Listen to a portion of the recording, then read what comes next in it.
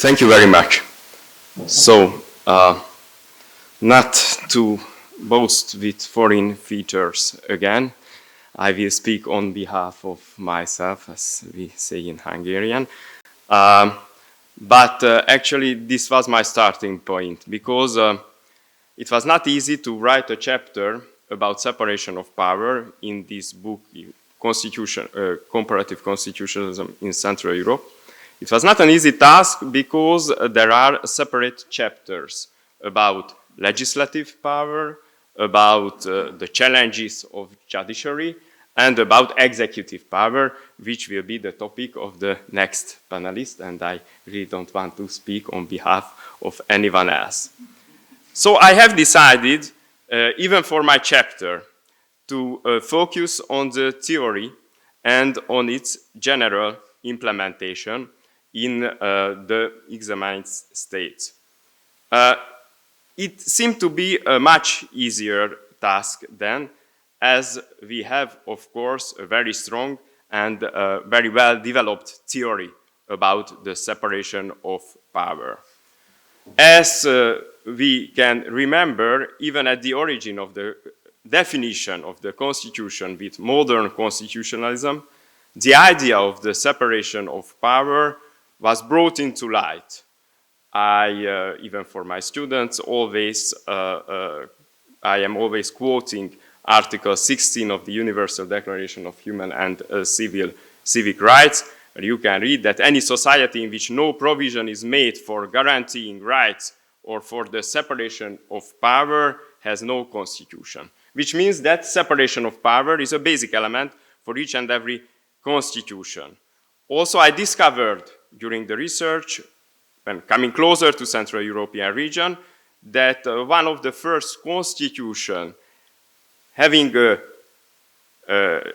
expressly mentioned about the separation of power is the Constitution of Poland and Lithuania in 1791, the 3rd May of 1791. In Article 5, it stated that the integrity of the state, civil liberty and social order remain always in equilibrium. The government of the Polish nation ought to, and by the will of this law, shall comprise 3 authorities, to wit, the legislative authorities, some explanation, a supreme court, and a government and a judicial authority.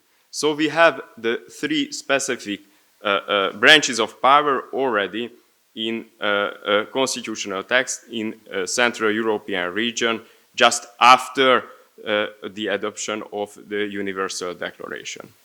Also, when thinking about the theory, I have been reassured because coming from Szeged, I cannot forget to have a few words about István Bibó.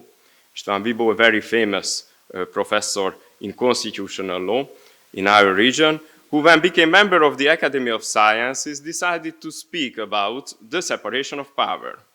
And actually it was a very interesting subject and many interesting points were made in his essay. It is interesting because he became member of the Academy of Sciences during Second World War. And he tried to once again brought into the light the importance in Central European region, this principle, which can be considered as a very ancient principle. He felt important, even in the title, to say that he would like to speak about the separation of branches of power once and now. And actually, if you allow me, I have not so long, but a long quote. He said, if we bring up the problem of separation of power, somehow it conjures up the spirit of the 17th and 18th century.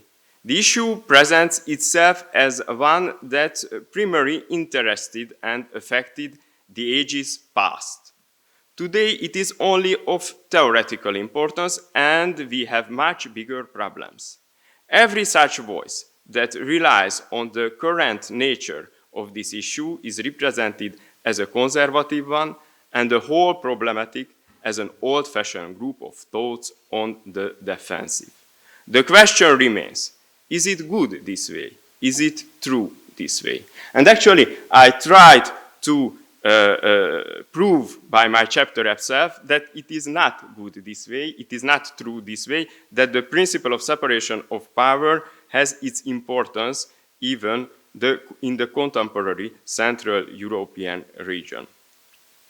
It is also interesting because, of course, we share a common ground with those Central European constitutions about the idea of the separation of power, as it has been implemented in our written constitution after democratic transition. So we have often mentioned already during our discussion today that it is a kind of common starting point for the constitutions of the Central European region.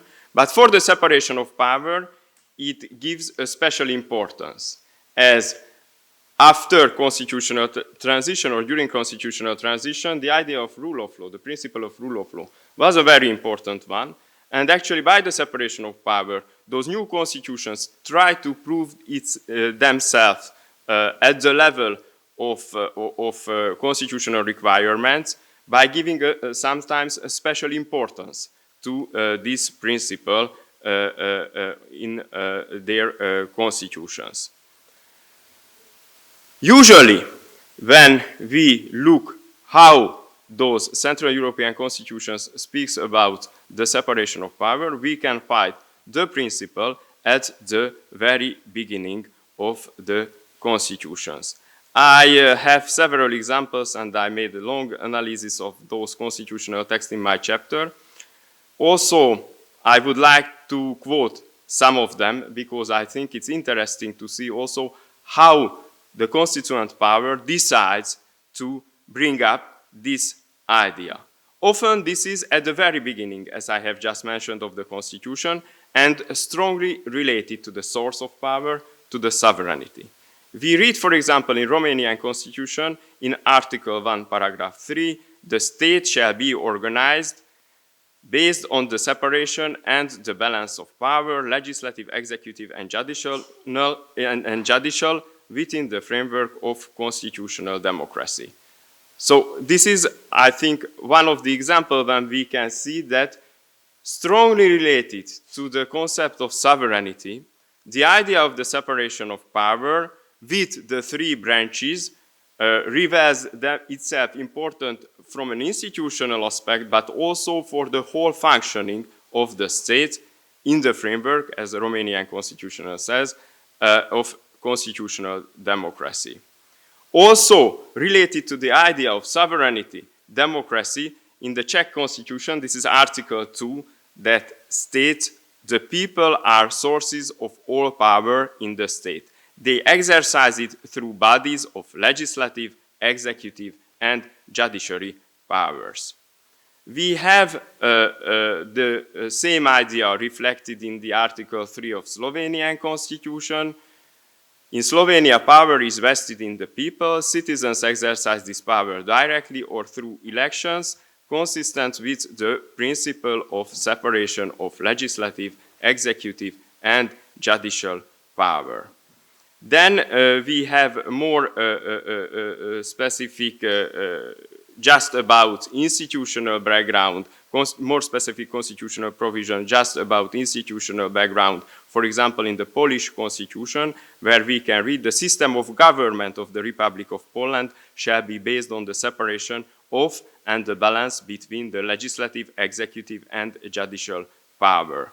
Or in the Croatian constitution, in the Republic of Croatia, Article 4, government shall be organized on the principle of separation of powers into the legislative, executive, and juridical branches. It's a little bit interesting that this institutional aspect is also highlighted very much in Hungarian constitution, where also at the beginning, this is Article 3, we can read that this is the functioning of the Hungarian state, which shall be based on the principle of the division of power.